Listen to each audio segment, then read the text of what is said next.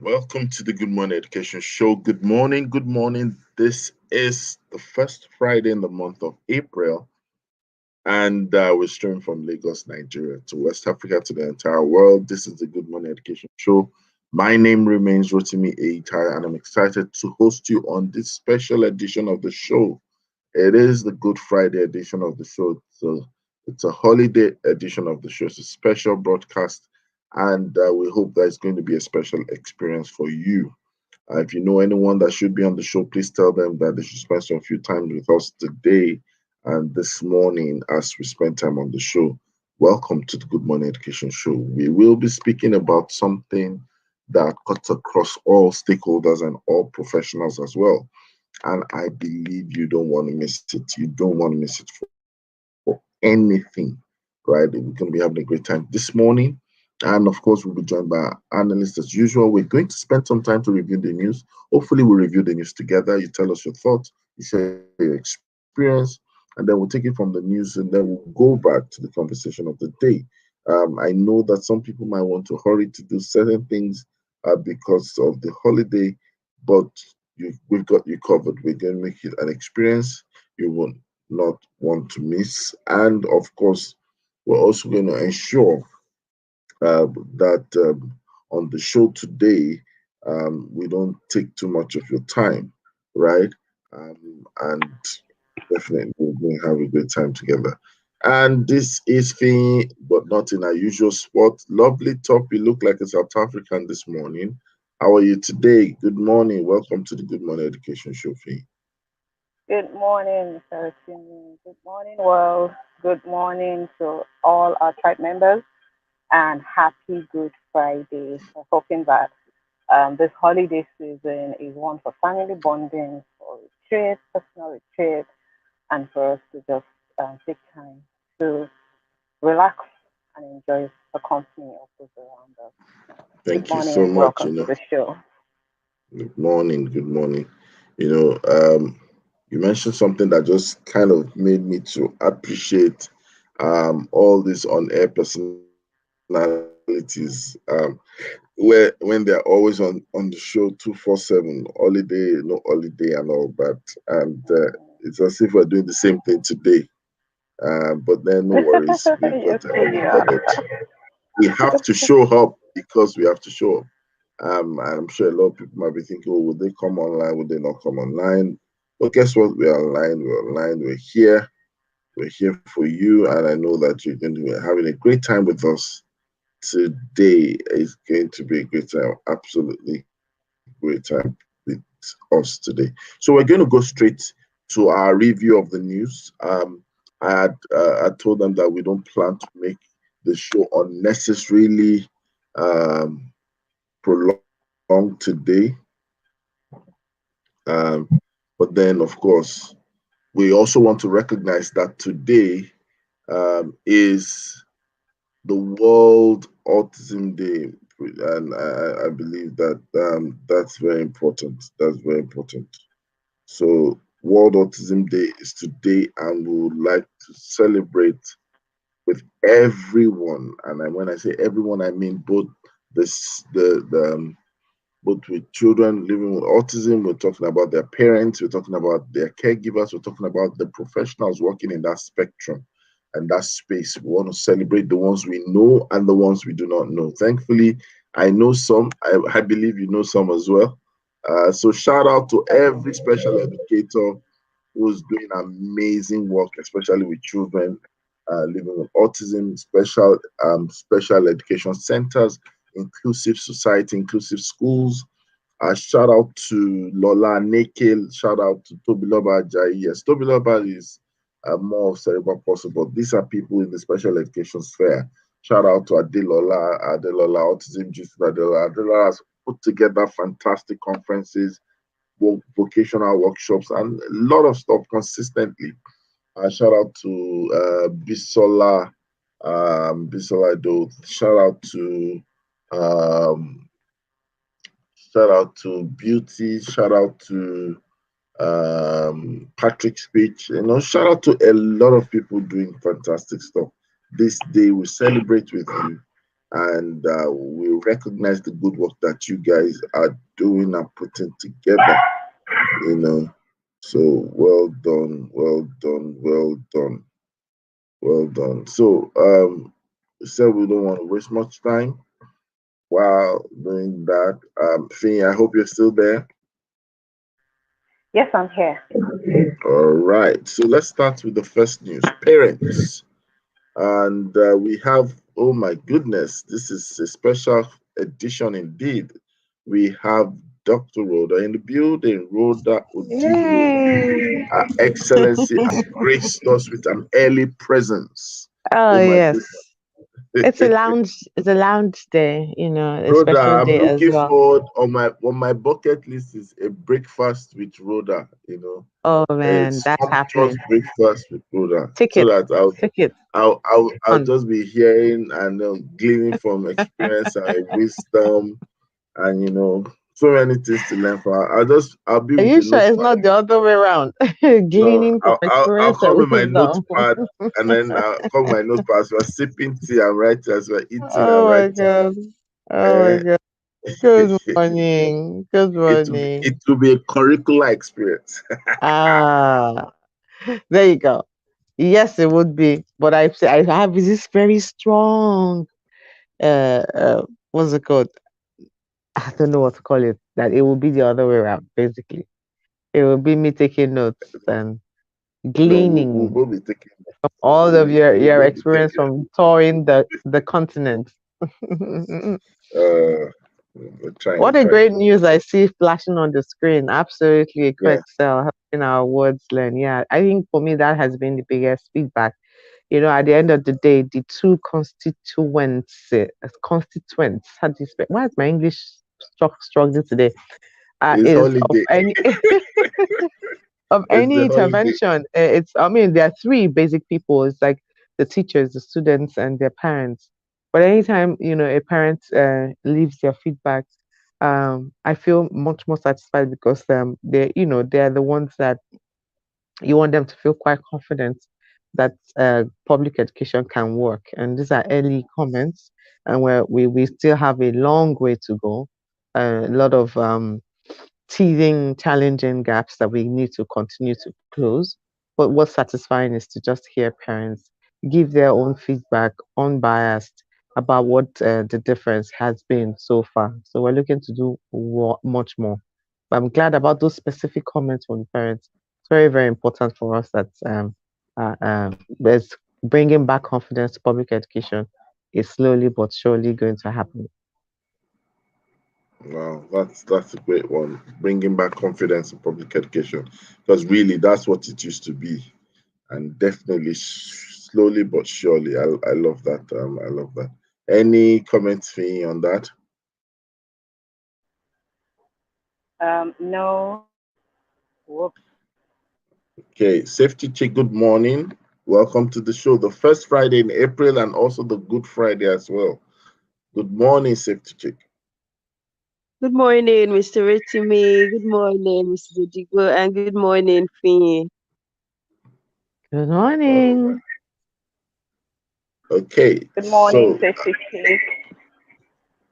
yeah, we'll be talking about another news.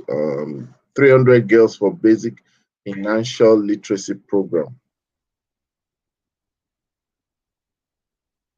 300 girls for basic financial literacy program. That's from the Yeah, I nation.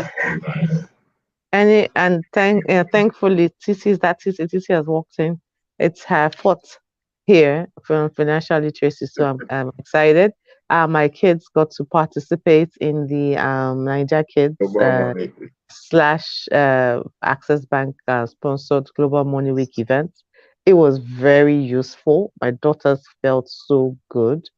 It's a lot of learning there about earning, saving, spending, investing.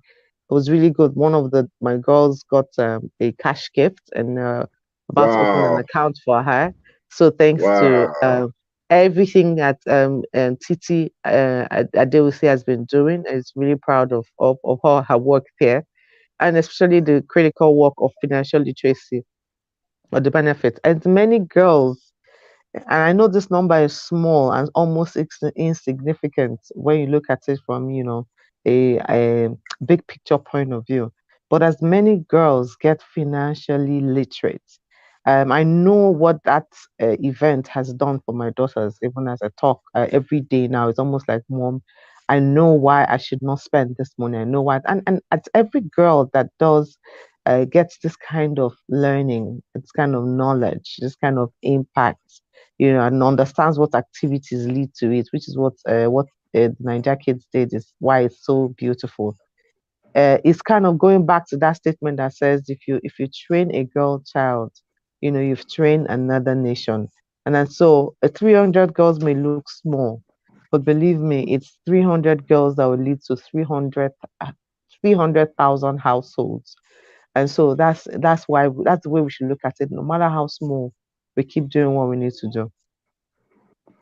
Yeah. Pretty, hello. Good morning. Good morning, good morning. I think Rhoda has said it all. There's even nothing to add to it. Once you can affect one person financial literacy, you're affecting more than one. So she just Rhoda has a way with words now. Let's not add more to it. Let's go to the next news.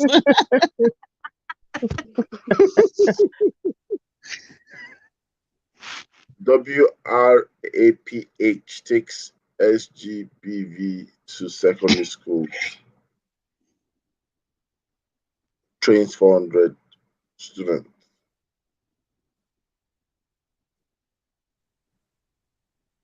Okay, so I think it's I think it's there is a good gender-based one. violence. Yes, go ahead. I was waiting. Yes. Yes, yes, I think it's a good one because sometimes gender-based violence actually starts from secondary school. You're already seeing that they started having boyfriends and girlfriends, and they've already started receiving beating from themselves. And I don't understand it. It's still very early on the journey. It's still very early on the journey. But again, what would make someone decide to beat another person they're in a relationship with is probably because of Imagine. what they have seen modeled to them, that is how to assert authority in a relationship, or now making the girl to feel that it is because I love you, that's why I beat you. Or some girls to say that, oh, I'm stubborn, I need strong hand. Really? Like, seriously? So it's really important that these conversations happen from the very beginning, so that they begin to have the right knowledge. Because the truth is, in the course of speaking with some young adults, I realized that many of them actually got their training on sex and all that from classmates, clueless classmates in secondary school. So this is why what this organization is doing is important, and more organizations should also do same. Because the truth is, a lot of information is out there. All you can do is just go now, equip them with the right information, so that when they meet wrong information, they're able to make informed choices. Thank you so much. This Any is a other topic comments on that is that? quite close. This is a topic that is quite close to my heart because yes, I work with teenagers in abusive relationships with women in abusive relationships, and the earlier it started, that especially the girls know that can identify what gender-based violence is, they are equipped to say no to it, then the better it is for us. The news, it looks like it's a seasonal thing. We get to a point where we start hearing a lot about women who died in their marriages, who were stabbed, who were beaten to death, and all of that. And one question people would usually ask is, why did she not move? Why did she wait until it became fatal? But for so many of the women, uh, we find that for many of them, they grew up in homes like that. So they felt it was normal. Oh, my father used to slap my mother around. Or my father used to, it wasn't, they didn't see anything wrong with it. And so they stayed in it.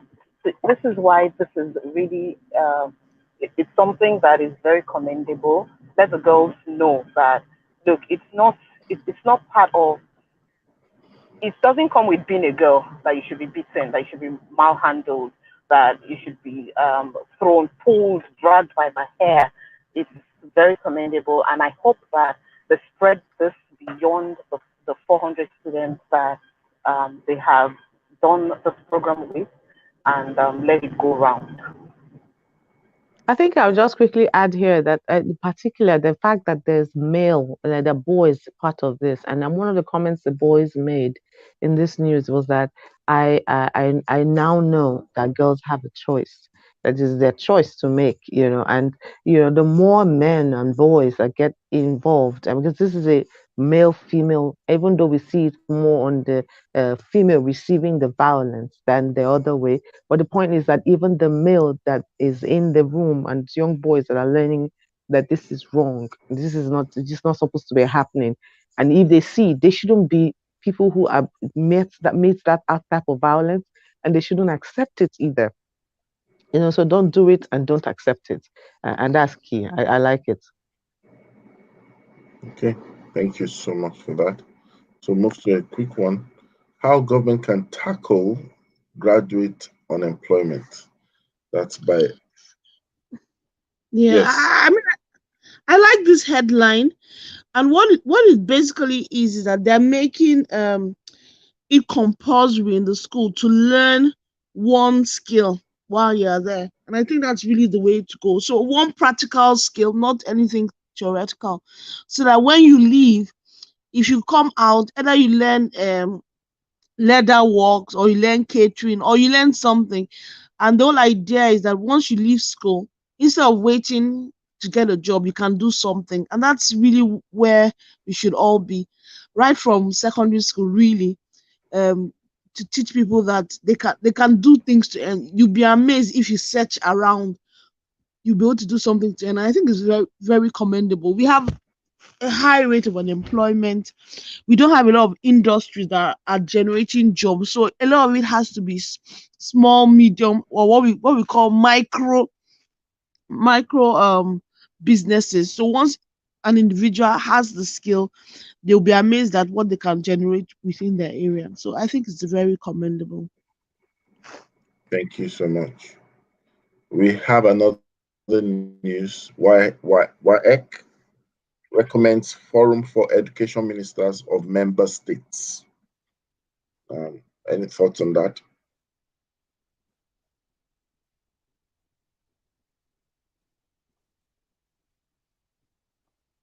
Any thoughts on WAEC comments?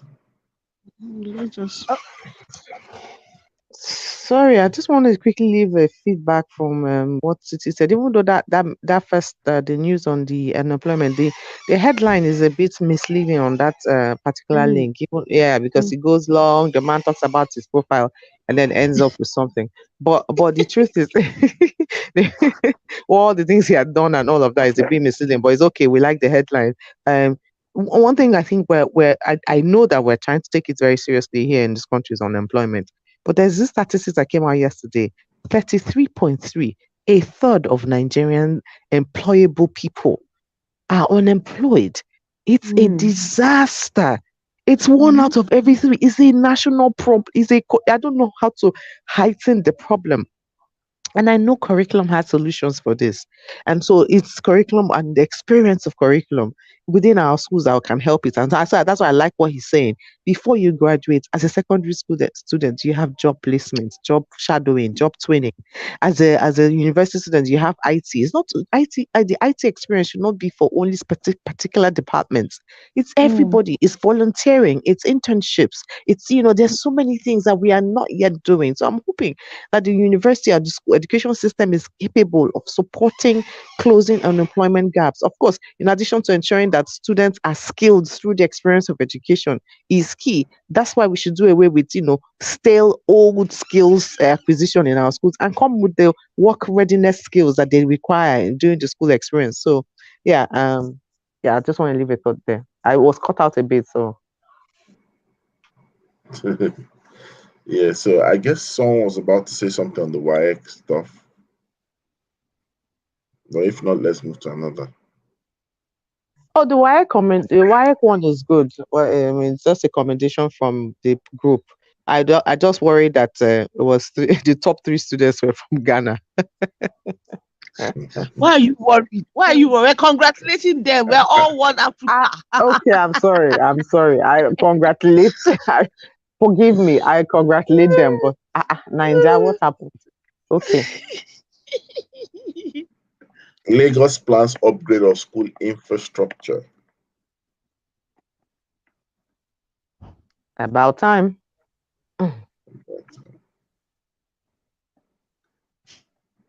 Titi, you did. What's that? You,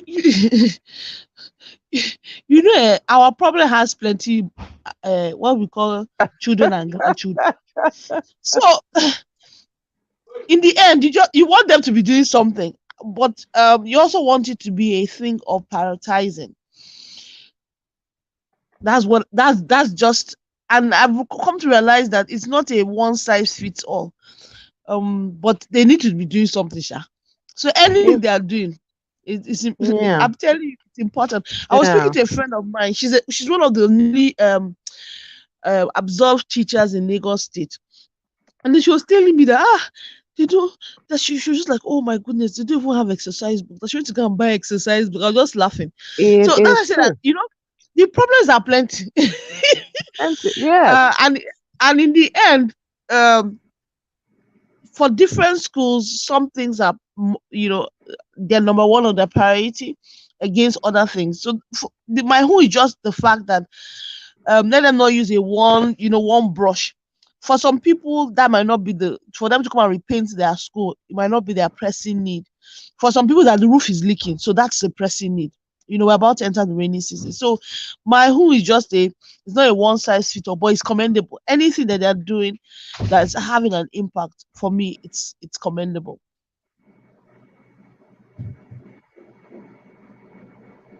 All right. I was hidden, but my work found me out. Care to tell us about that?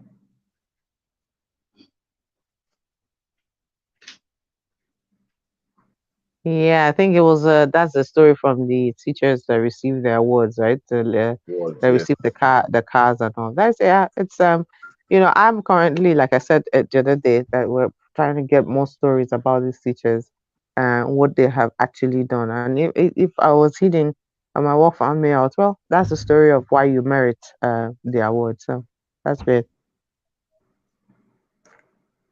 Okay. 8 Uni Abuja students win 2.2 million naira research grant.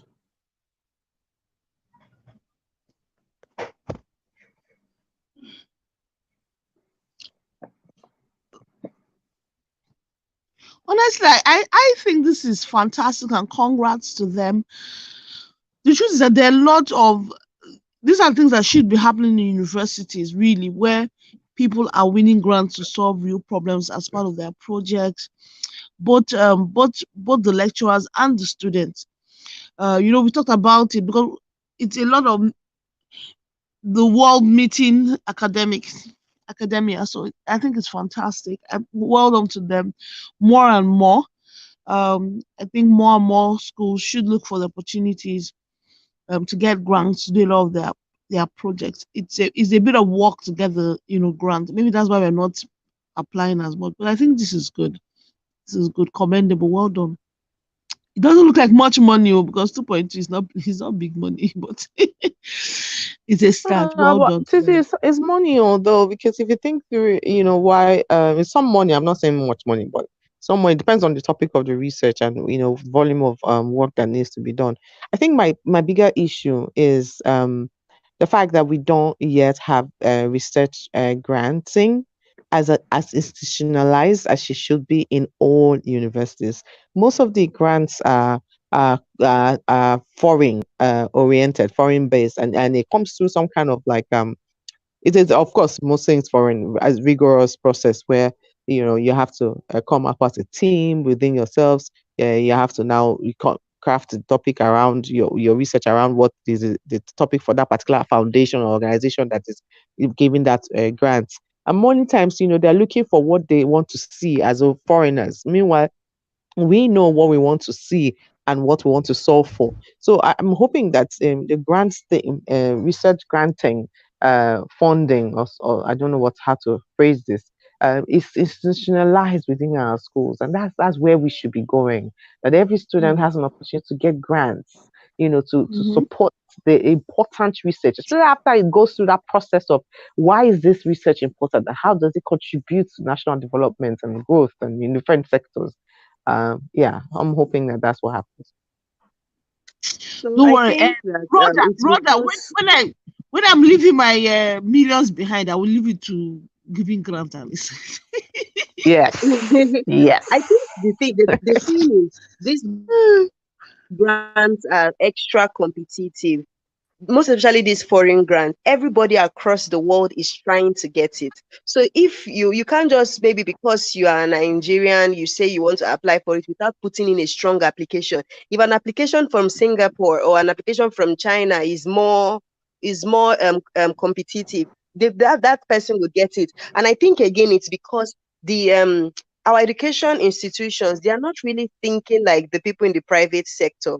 Very recently, we've seen many Nigerians in the private sector win very big foreign grants. But when we go to our for when you go to the area of research, you see that I don't know if it's now our lecturers are not moving with the times, to put in really competitive. Because yes, you might know what you want, but if you are not writing it in a way that will get the attention of, because people that are giving you this grant, they are thinking business minded. Yes, it is focused on the academics, but they're also thinking that we want this money to be used as efficiently and effectively as possible. So if you're not able to communicate that in your grant, even though what you have written is good, the other person is not sold on the idea. So I think that our institutions, they need to start getting, shall I say, the services of grant writers, people who help organizations, NGOs and co to win grants, to help them.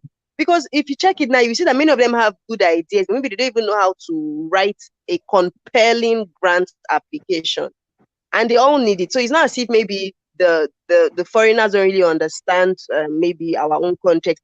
They actually do. It's just for them to sell it to them. Because Shay, it's one of us, the Temigiwa Tubosun Life Bank, that won the Jack Ma African Business Heroes competition. She won everybody, and you know what that did? That was last year. What that has done for her business and all that. Yeah, so that's what I think Totally about agree it. with you, safety chick. Totally agree with you. That Okay, rigorous process. Yeah. that curricular process as well. So that brings us to the topic of the day. Education is a business, is an interest, or calling. And I'm going to start with Finn, then I'm going to go back to Titi, then I'm coming to Rhoda, then I'm coming to Safety Chick. So Finn, let's have Finn. What's your take? What's Okay, your so perspective? I think education is a mix of all three, and but what distinguishes the practitioners is which of the three they they capitalize on in their system or in their institutions. So for most people starting off school, the aim is to make business. The aim is to make profit. It's their livelihood. Yes, they're providing the services, but it's still their livelihood. In some cases, we have maybe legacy schools or foundation schools that the main focus is to just ensure that children get an education. It's an interest also. The depth of the interest differs from one person to the other. How much interest they have in the sector, how much interest they have in educating and contributing to the future of the society. Well, when it now comes to the calling, I think for quite a number of teachers or educators, the calling will not be for everybody. Some are there by interest, some are there because they just know that this is what their life purpose is. So even if they're not being paid a dime, they're going to give their all to educating the minds that make up the future. So, well, in summary and in rounding off my opening, I would say that it's a mix of all three. But then, which takes the upper hand in the way institutions are run depends on the operator. Thank you so much. Let's hear from Titi. What are your thoughts, Titi? I would say it's a mix of all three. But first of all, it needs to be driven by passion. Because it's not an easy sector. So you need passion to keep you going, to keep the oil, keep the vehicle going, even when the tank is empty. But then again, you need to have a business sense, because it's a sector that needs funding. So you need to have a very strong business and financial sense to be able to keep an eye on the money. A lot of the challenges we have in Nigeria is because people are not keeping the eyes on the money. You need to be financially planning on how you're going to sustain, pay salaries, put the infrastructure, be able to compete on a global level, and all those things have financial implications. So it needs that. It really, really needs that. So when I always say that when you see organizations that are striving, especially in the education sector, whether it's in low cost, whether it's in public sector, or is in the private sector, it's really people that have the mix of these three things. It's not someone that is only to one side, because you can be very good, education. If your teachers, if your parents are not paying fees, eventually that thing is just going to, stifle and die. It's the same thing what we are seeing now. If funding is not coming to the sector, the thing just stifles and dies.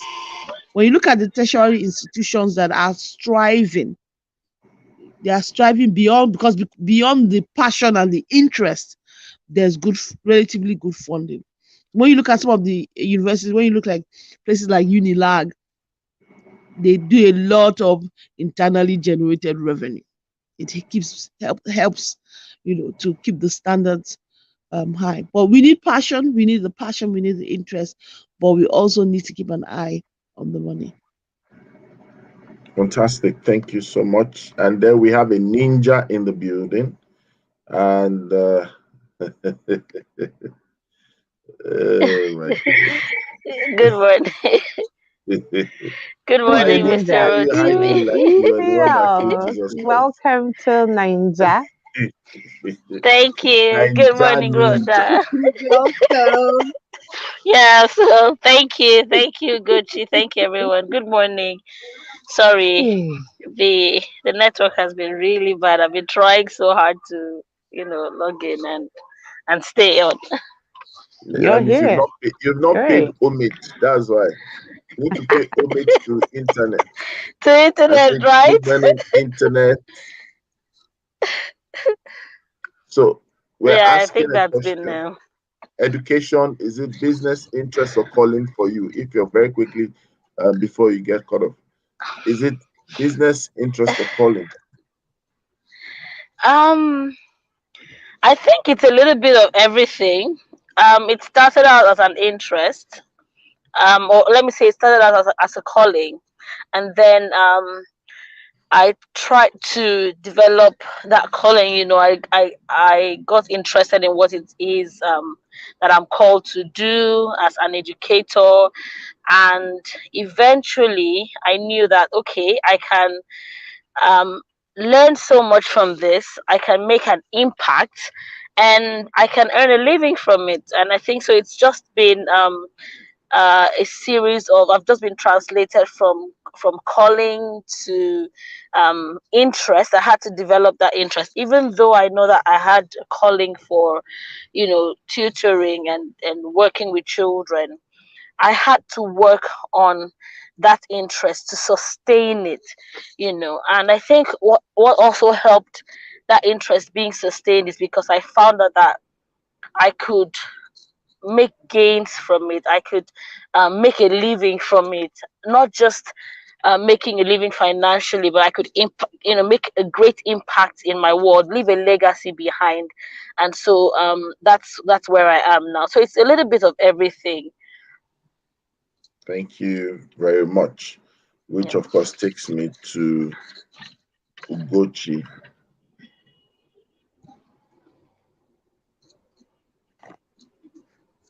Ugochi, are you there?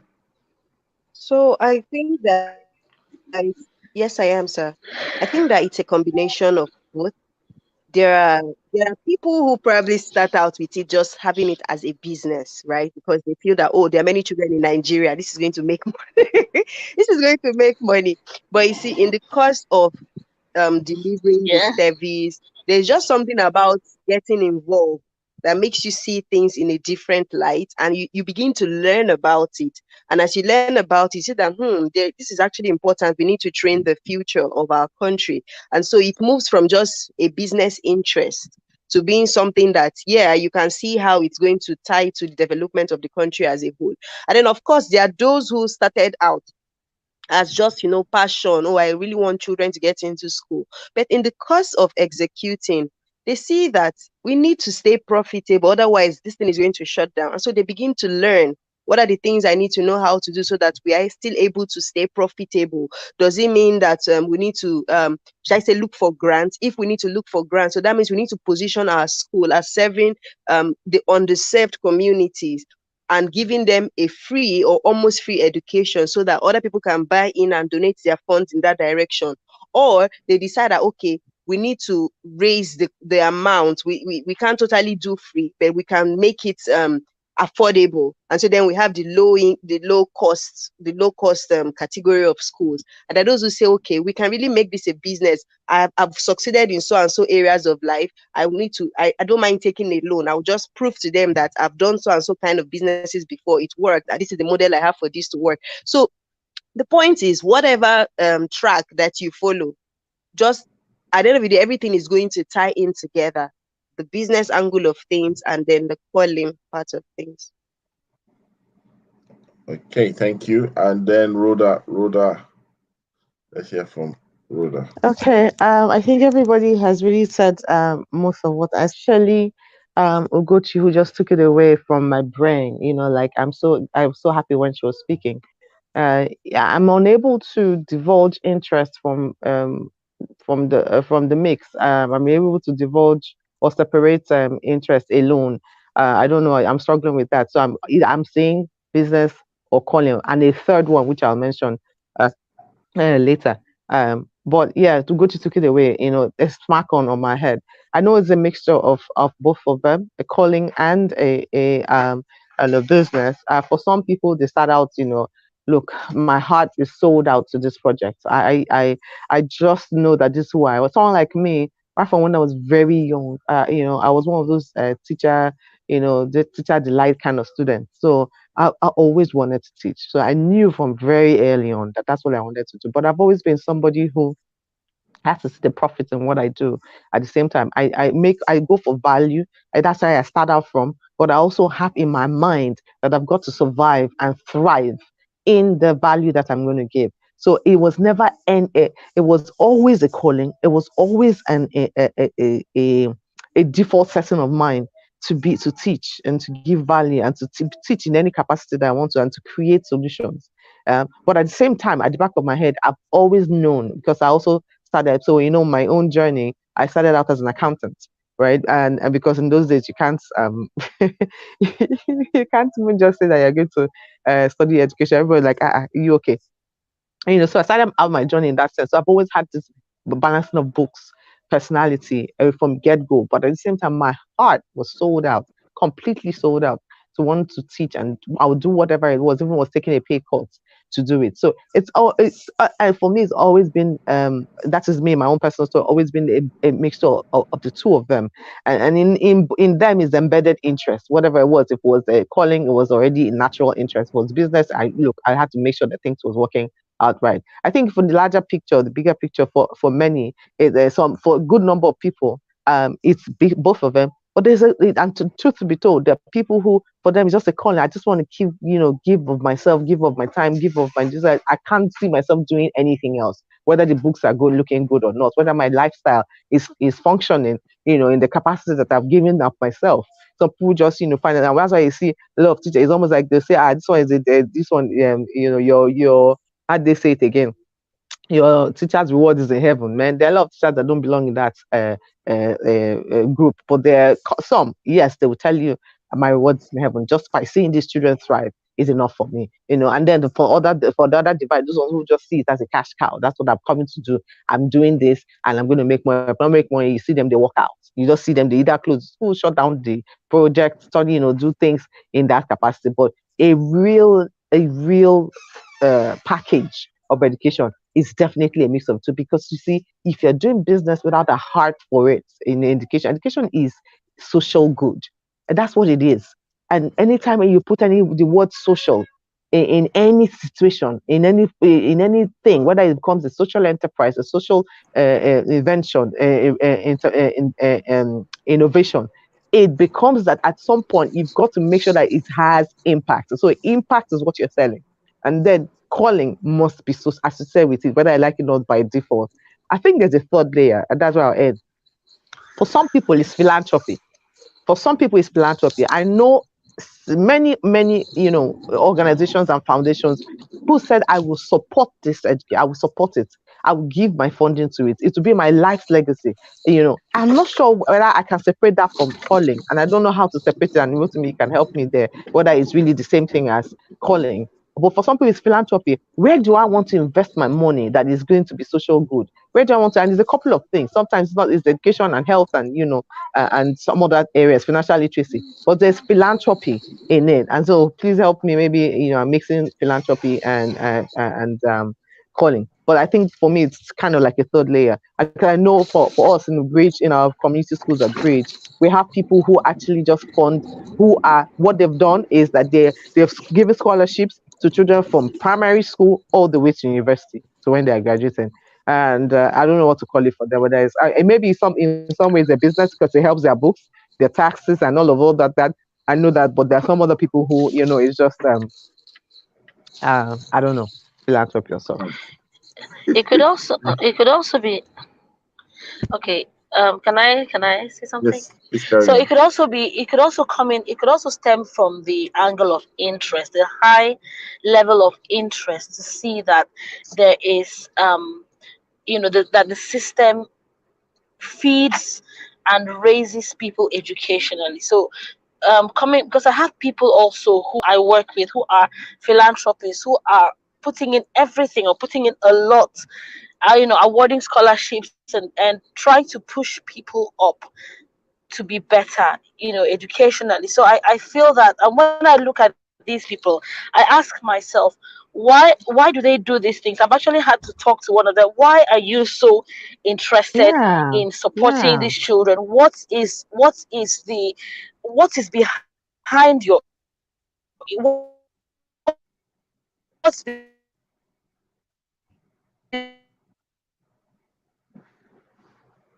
Hello, Ifya. Oh, did we lose Ifyok? Oh, I think oh, his network. yeah. Well, Loved what you're saying. yeah, I think I could help in a little way.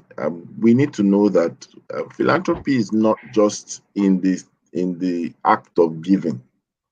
A lot of times, philanthropy is attracted by the outcome and the possibilities.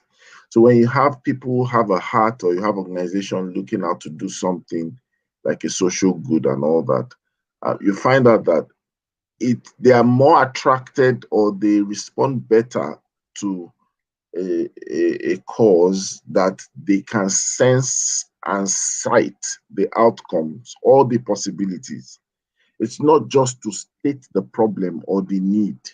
And that's why I find out that even when it comes to the grant cycle, I was speaking with a friend yesterday, and she was sharing me a particular research. I think it was between 2017 and 2019, or 2017 and 2020, that the highest portion of people who had done a lot of grant giving and all was more from individual donors than even corporate donors. In fact, I think the percentage was so huge, the gap was so huge, that a lot of people used to tilt and focus on corporate, and ignore I individuals. agree.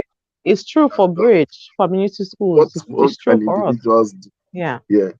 So, and at least you're concurring that, because I think a lot of messaging might need to be worked on with numbers and data, where a philanthropic person or someone who would easily tilt towards that side of philanthropy, sees the possibility, not just the problem. We don't have roof. Okay, we don't have roof.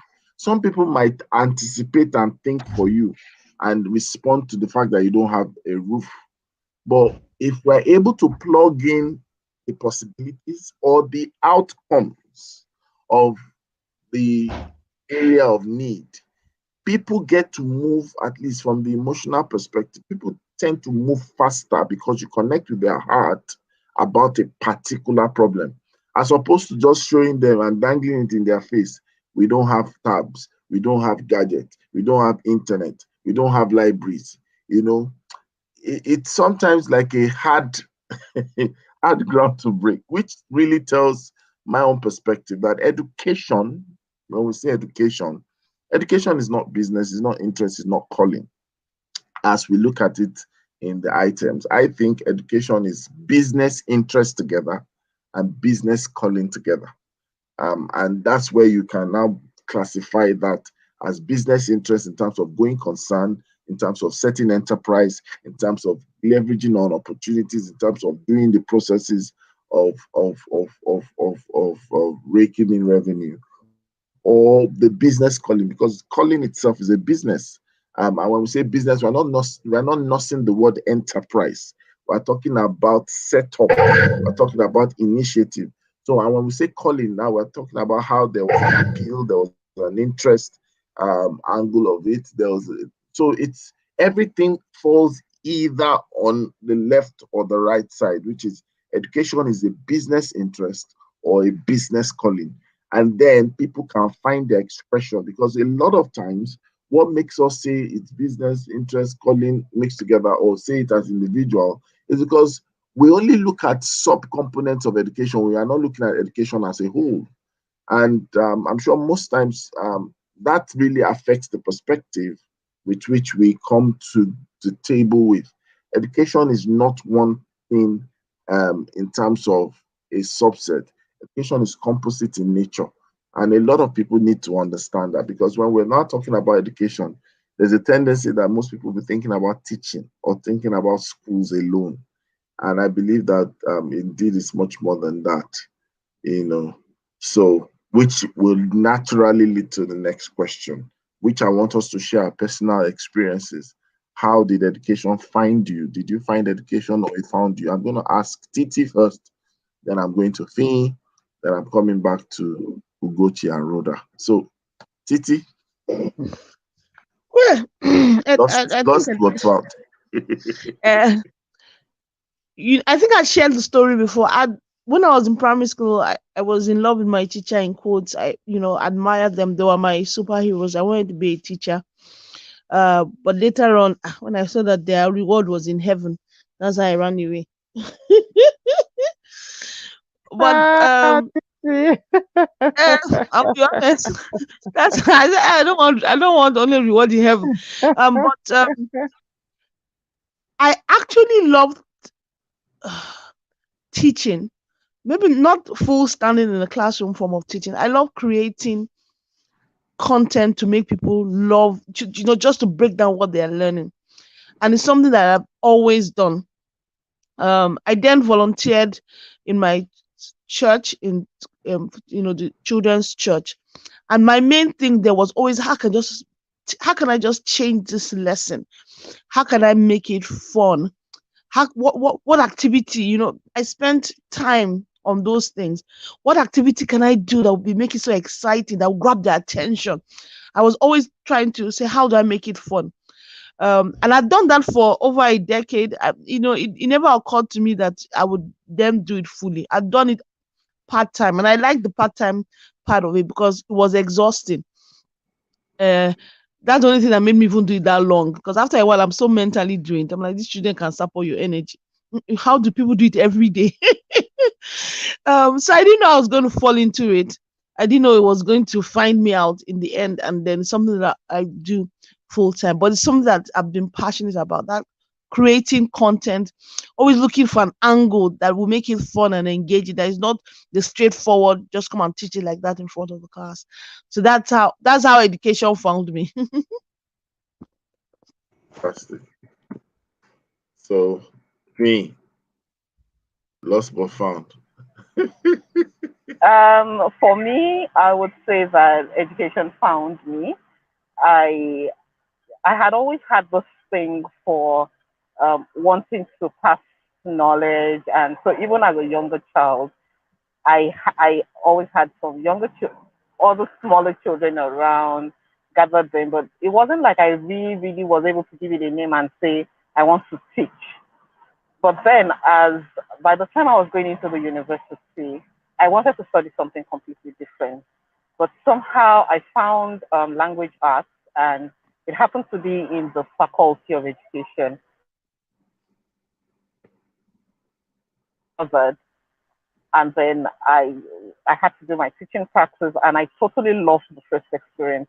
So while all my colleagues were complaining about the teaching practice and all, I totally loved it. I was looking forward to the next teaching practice, and from there I found my love for teaching.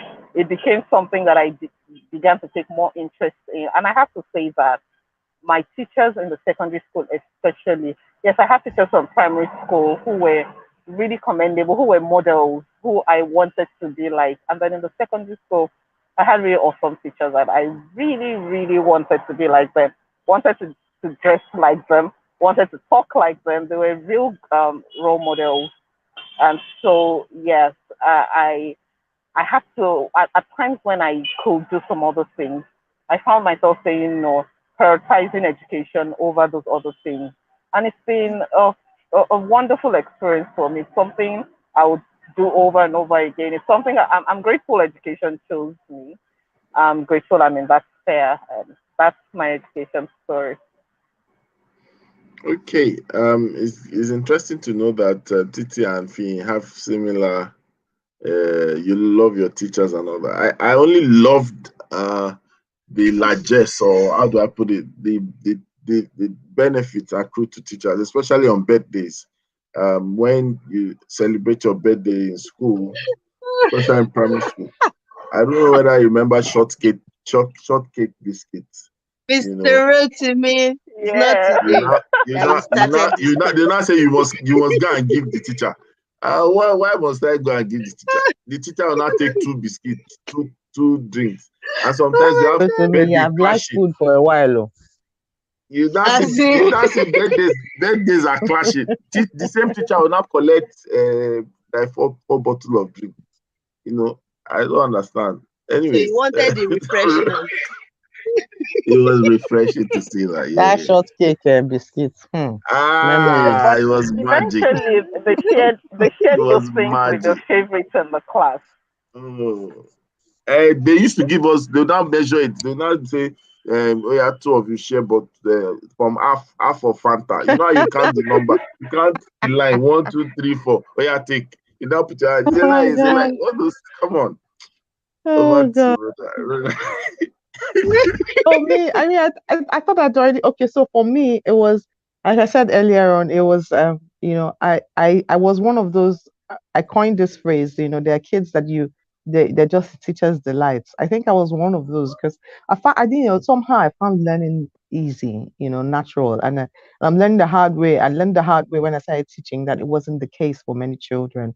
But even while I was still a student, I also learned that it wasn't the case for other children as well. But then I thought I was a kid. I just didn't put it in perspective as an adult would, to understand what the difficulties were they were experiencing. All I knew was to share exactly, how it worked out for me to understand the concept in the child's language to my fellow to my peers, and then got through university and continued my heart continued to beat to have that same experience, to repeat that same experience as an adult, as my life's work. And then when I started teaching, the hard thing came in, when I saw that, this as it was first of all, it's sort of like, when you do something and it resonates with your soul, like you tell yourself, this is where I belong, this is what I should be doing, this is me. And anything else separate from this is just taking me out from who I really am, my purpose. And so when I started, which is why it certainly influenced my teaching methodologies, because you would always see me use students in my classroom. So they were taking playing a lot of roles, leadership roles, peer mentoring, peer coaching. It was the character of my practice. So I would have students explain it in their own words. I will never forget when I was teaching long division, and and about 40% of the class had gotten it. And I was struggling because I would always do the mathematics in my head. Coming from an accountant perspective, I always do how many children got it. I'll do the percentage. I was like, if I've not gotten to 60% that we were taught in the faculty of education as our benchmark, for making sure that all students get the concept that we're teaching.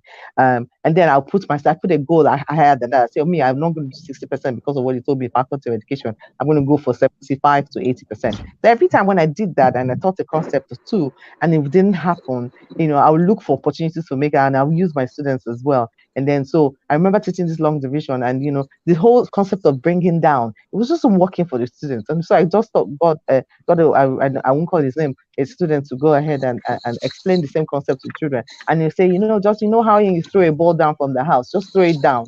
And I'm like, this simple vocabulary change from put it down to throw it down like a ball. It actually moved from 40% to about 75% of the kids knowing just how to do that simple part of, that long division, which was a critical thing, for you to get a long division well. So, I mean, for me, it's a natural story of progression of, who I really am. And then I moved on to, blogging in the classroom when I found out that I can't be doing these great things and getting great results in my classroom and not be able to share it to the world, and for other people to share theirs. I went into blogging, went into consulting, went into becoming a teacher trainer, facilitated professional development and all of that, built an enterprise around it, do big consulting, now working with one of the biggest consulting firms in education in the world, around the world. And I'm just still doing my task, which is helping teachers to do better in their classroom. So that's my story. And I'm still in that journey, to doing much more. I don't want to ever stop do anything else apart from education. And any business I'm going to do has to be in the world of education as well. Thank you so much. I remember your session at the teacher conference some years ago, and I actually learned one or two tricks when it comes to WordPress and blogging. But I didn't give you that feedback. I never had the opportunity to give that feedback. Thank you. When it came to tagging, actually, I was like, right, I figured it out. I remember that was at Kids Course, the very first edition of your conference. Yeah. Well done. Oh, yesterday. It gave me that, how Facebook gives you the memory.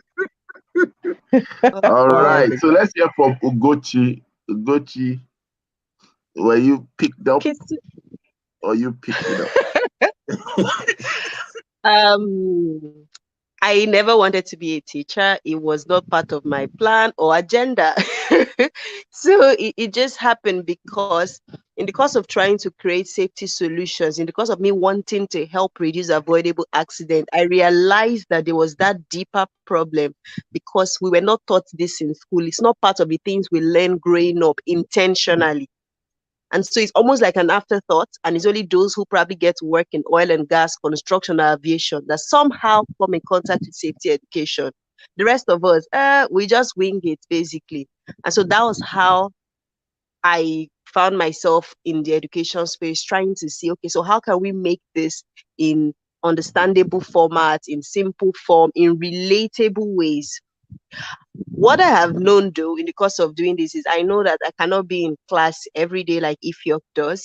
It's not my calling in life, but I can create products.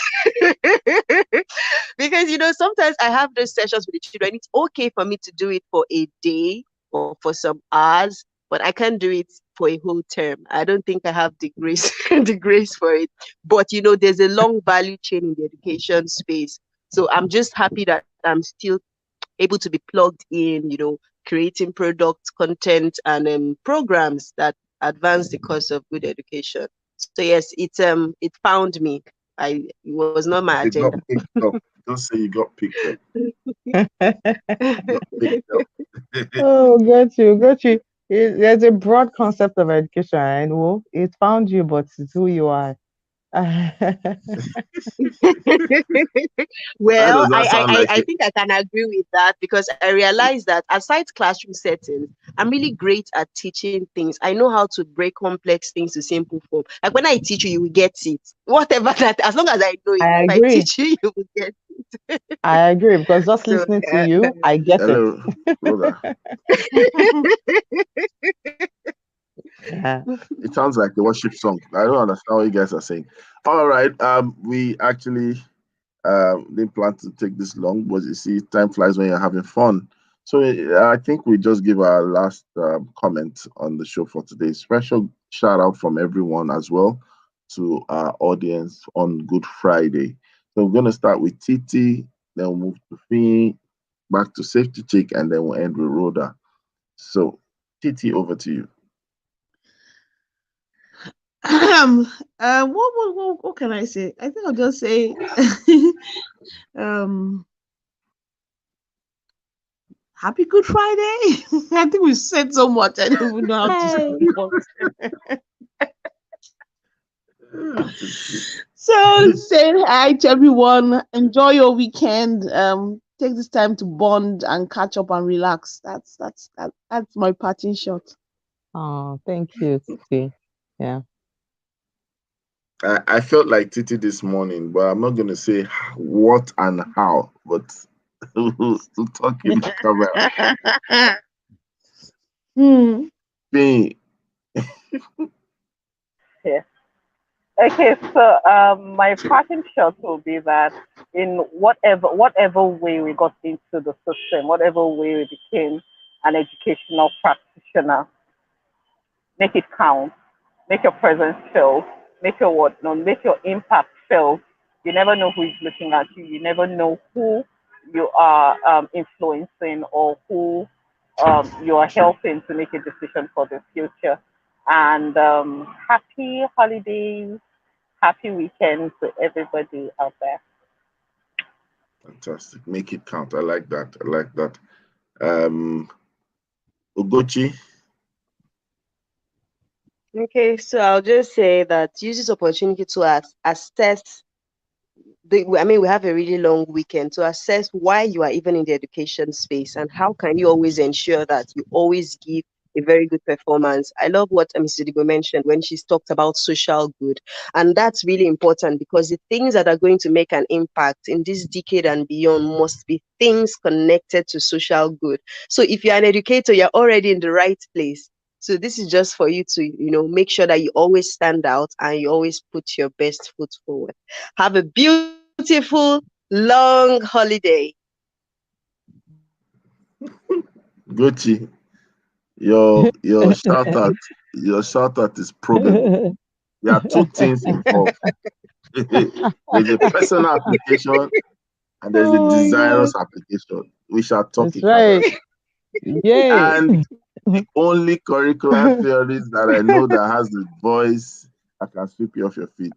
Ladies and Ah, gentlemen, over to now Rhoda. this was to be I get you. I mean, I don't know. Everybody has said everything. So for me, it's like I know it's. I like the way you put it, written me. You said you defined this particular topic today as a business interest or a business calling. And I like the way you so like clarified what you meant by business calling. And I think that's really a strong takeaway for me, and I hope for everybody. Whatever you do in education, there's a business interest and there's a business calling. And I know that it's not either or. It's both of them because there's what is required for it to be a wholesome experience for whomever is receiving your expertise. You're blessing your expertise with. And I want to use this opportunity to congratulate Mrs. Comfort Eitayo on her being the 57th president of ICANN. Is the mother to an icon, and she's the mother icon. So congratulations to Mrs. Comfort The Eitayo apple for cannot fall birthing this. far from the tree. That's it, for birthing this Exactly. You young can't have man that who kind of is mother our you're chief, the doing anyhow. CEO, Good Morning Education Show. There has to be. This is a product of superior premium quality, and we're blessed to have him here on. And thank you so much, ma'am, and congratulations. Your tenure is going to shake foundations and going to bring beautiful solutions to this country. Yeah, and have a happy holiday, everybody. It's like it's a long weekend. I want to read it. I want to use it to read. I'll catch up in a book that I've not finished. I also want to use it to slender. Count me in that last part, Rhoda. That's right. That last part, please. Send me the GPS. I will. I'll set coordinates. All right, thank you. You guys just made me feel like I just won the Grammys, So I want to dedicate this award to Gochi and.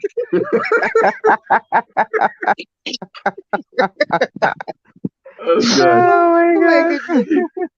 All right, thank you guys. Thank you for a wonderful topic. Thank you for sharing your thoughts and your perspective as usual. And I believe someone has learned something. And the good thing about it is you can always go back to the replay and spend some time to study the thoughts, the perspective from our guests and analysts on the show, and of course the comment section as well. Until we come your way next week, please stay great, do great, be great. All right, ladies, let's sign off as we end the show today. Over to you, ladies.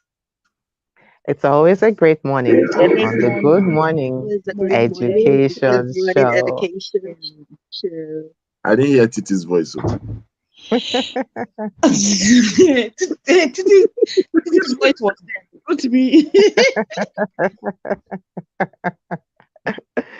Oh gosh.